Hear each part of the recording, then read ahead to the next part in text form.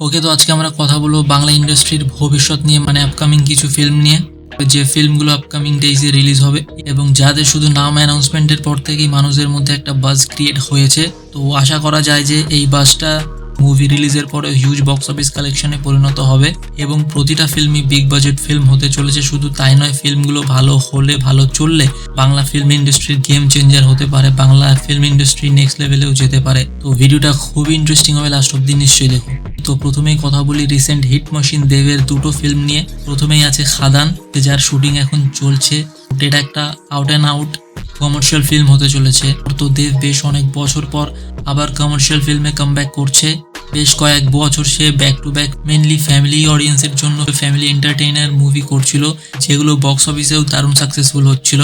তো এই খাদান মুভিটা কয়লা খনির ব্যাকড্রপে হতে চলেছে এবং এখানে আমরা দেবের ডাবল রোল দেখতে পাবো। এই খাদান মুভিতে একটা হিউজ কাস্টিং আছে এবং মেন ভিলেনে আমরা যিশু সেনগুপ্তকে দেখতে পাবো এবং মুভিটি ডিরেক্ট করছে সুজিত দত্ত।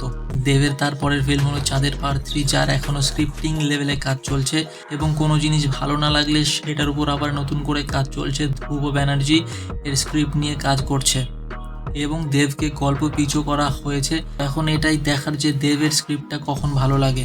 তো এই চাঁদের পাহাড় 3 একটা খুবই বিগ বাজেট মুভি হতে চলেছে, কারণ এটা একটা ফ্র্যাঞ্চাইজি ফিল্ম। এর আগের দুটো পার্টও বিগ বাজেট মুভি ছিল এবং সেগুলো খুবই সাকসেসফুল ছিল বক্স অফিসে। One of the biggest grosser movie ছিল বাংলা ইন্ডাস্ট্রির। সো দেখা যাক কবে ফাইনালি আমরা দেখতে পাবো ফিল্মটা। ওকে, নেক্সট যে আপকামিং ফিল্ম নিয়ে কথা বলবো সেটা হলো জিতের আপকামিং ফিল্ম বুমারাং নিয়ে, যেটা 7th জুনে রিলিজ করবে। আগে এটা 10th মে রিলিজ হওয়ার কথা ছিল, বাট মুভিটি পোস্টপন্ড হচ্ছে। তো এই বুমারাংয়ের অ্যানাউন্সমেন্ট অনেকদিন আগেই হয়ে গেছিলো অ্যান্ড ফাইনালি এই 7th জুন রিলিজ করবে। তো এটা একটা সাইফাই ফিল্ম হতে চলেছে। জিৎ এখানে একটা সায়েন্টিস্টের রোল প্লে করবে এবং জিতের অপোজিটে আমরা এখানে প্রথমবারের জন্য রুক্মিণী মৈত্রকে দেখতে পাবো। সে হয়তো একটা রোবটের রোল প্লে করবে। তো ফিল্মটা রিলিজ করলেই পুরোটা ক্লিয়ার হয়ে যাবে।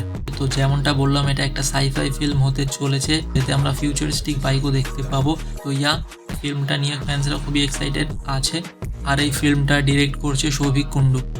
তারপর জিতের আপকামিং কোনো ফিল্মের আপডেট এখনও আসেনি, বাট বসের ফ্র্যাঞ্চাইজি বস এবং বস 2 দুটোই খুবই সাকসেসফুল ছিল এবং বস 3 নিয়ে ফ্যান্সরা খুবই এক্সাইটেড আছে। শুধু জিত ফ্যান্সরাই নয়, নিউট্রাল অডিয়েন্সও। বস 3-র এখনও কোনো অফিসিয়াল অ্যানাউন্সমেন্ট না আসলেও ইনসাইডার নিউজ অনুযায়ী বস 3-এর প্ল্যানিং চলছে এবং খুবই বড় স্কেলে এটাকে ভাবা হচ্ছে, যেটা গেম চেঞ্জার হতে পারে এবং বস 3-এর একটা হিউজ ক্রেজ আছে। তো এটাই ছিল আজকের ভিডিও, টলিউডের আপকামিং বিগ বাজেট মুভি এর নাম।